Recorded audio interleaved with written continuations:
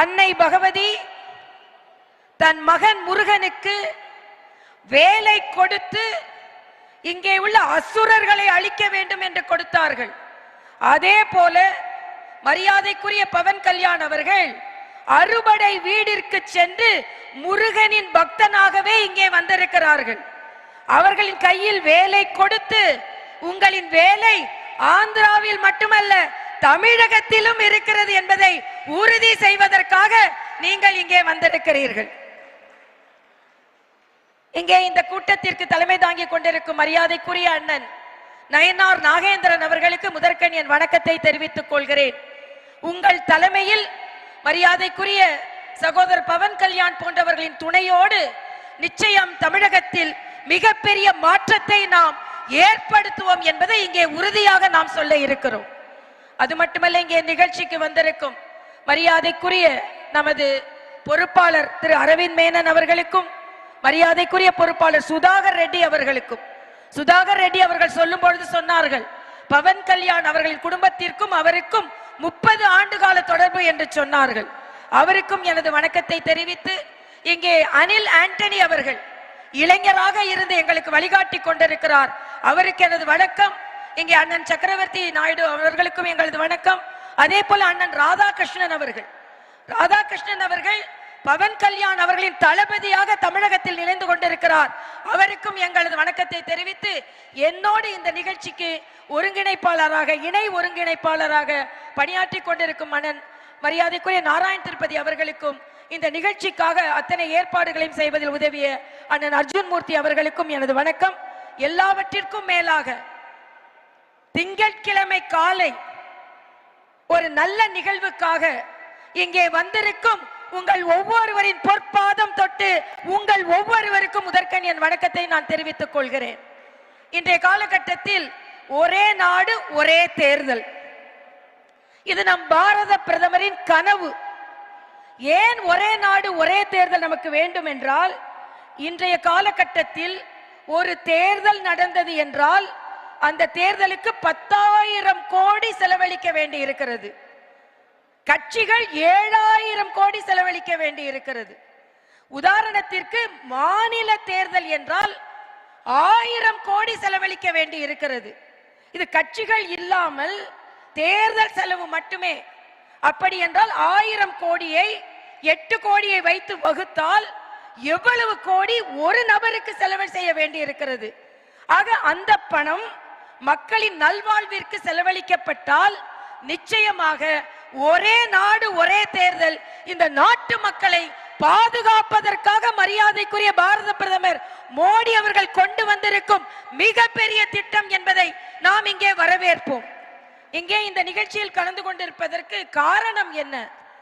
ஒரு அரசியல் கட்சி தலைவர், தமிழகத்தில் உள்ள தலைவர் சொல்கிறார், ஒரே நாடு ஒரே தேர்தல் சொல்றாங்க, ஆட்சிகள் கலைந்தால் என்ன செய்வார்கள் என்று.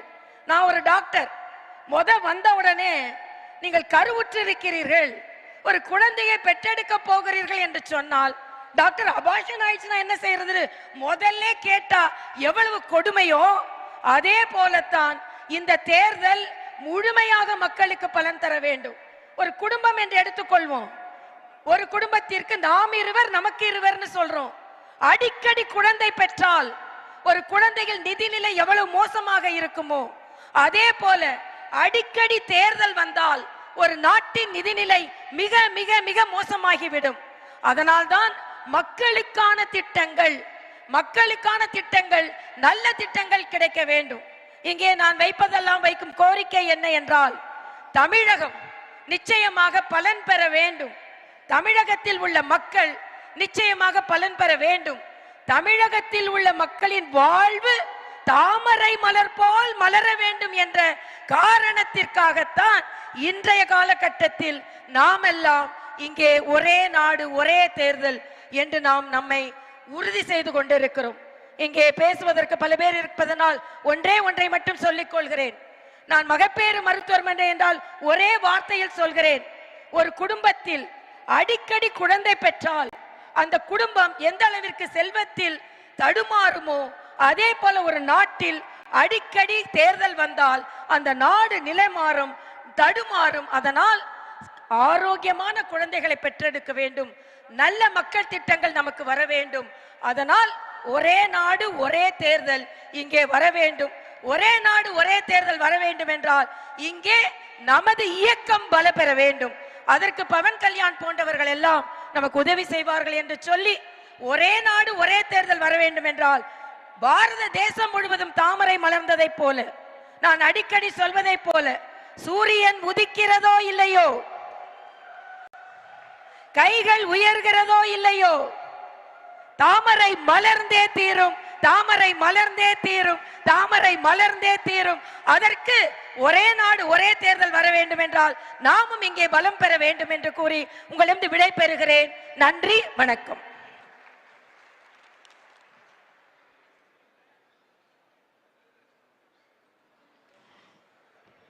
தமிழகத்தினுடைய அரசியல் வரலாற்றை கரைத்து குடித்தவரும், திராவிட மாடல் என்று இன்றைக்கு சொல்லிக் கொண்டிருப்பவர்களுடைய வரலாற்றை நன்கு அறிந்தவர்களில் ஒருவருமான மிக சிறந்த பேச்சாளரும் சிந்தனையாளரும், குறிப்பாக இலங்கை தமிழர் பிரச்சனை குறித்து, காவிரி விவகாரம் குறித்து எல்லாம் தமிழகத்தில் கடந்த 50 வருடங்களில் நடந்திருக்கக்கூடிய பல்வேறு சரித்திர ஆய்வுகளை மிக சிறப்பாக செய்து மக்களிடையே எடுத்து சொல்லிக் கொண்டிருக்கின்ற என்னுடைய அருமை நண்பர் திரு KS ராதாகிருஷ்ணன் அவர்கள் இப்பொழுது நம்முடைய உரையாற்றுவார்.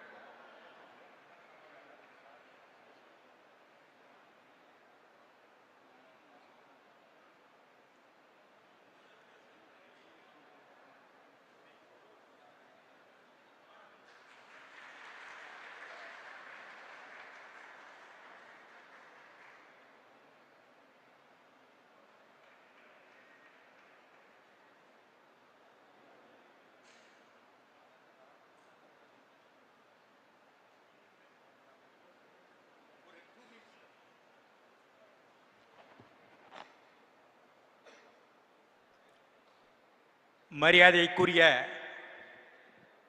மாண்புமிகு ஆந்திர மாநில துணை முதல்வர்,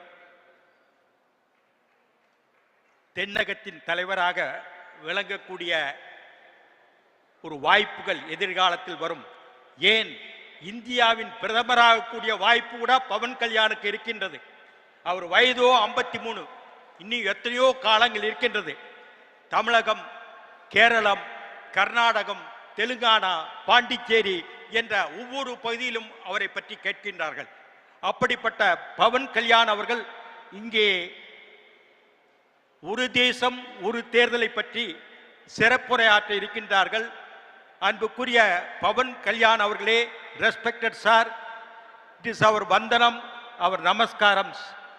அன்புக்குரிய தமிழ்நாடு பாரதிய ஜனதா கட்சியின் தலைவர், மரியாதைக்குரிய எங்கள் நெல்லை மண்ணின் மைந்தர் சகோதரர் நயினார் நாகேந்திரன் அவர்களே,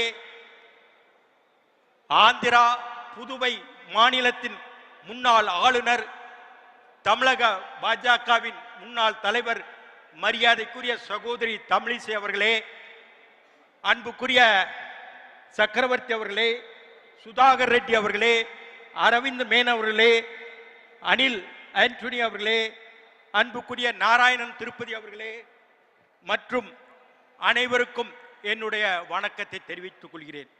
இன்றைக்கு 10 ஆண்டுகள் கழிந்து திரும்பவும் மோடி அரசாங்கம் இங்கே நடக்கின்றது. ஒரு தேசம் ஒரு தேர்தல் வேண்டும் என்று ஏற்கனவே என்னுடைய மனு ஒன்றை உச்ச நீதிமன்றத்தில் நிலுவையில் இருக்கின்றது. Electoral reforms and one nation one election என்ற PIL ரிட் பெட்டிஷன் கூட பெண்டிங்காக சுப்ரீம் கோர்ட்டில் இருக்கின்றது. இந்த வகையில் ஒரு சிறப்பான ஒரு நோக்கத்தோடு இந்த பாரதிய ஜனதா அரசாங்கம் கொண்டு வந்ததை நாம் வரவேற்க வேண்டும். தமிழ்நாட்டில் பார்த்தால் உடனே ஒரு நெருப்பை வைப்பார்கள். ஏங்க, தொகுதி மறுவரையறை பற்றி பேச வேண்டிய அவசியமே இல்லை. தென் மாநில தலைவர்லாம் கூப்பிட்டு வச்சு இந்த ஸ்டாலின் பேசுறாரு, அதுக்கு அவசியமே இல்லையே, நோட்டிபிகேஷனே வரலையே. இப்படிப்பட்ட பிதாமகர்கள் நம்மை ஆளுகின்றார்கள். அவரை அப்புறப்படுத்த வேண்டும் என்றால் ஒரு தேசம் ஒரு தேர்தல் அவசியம்.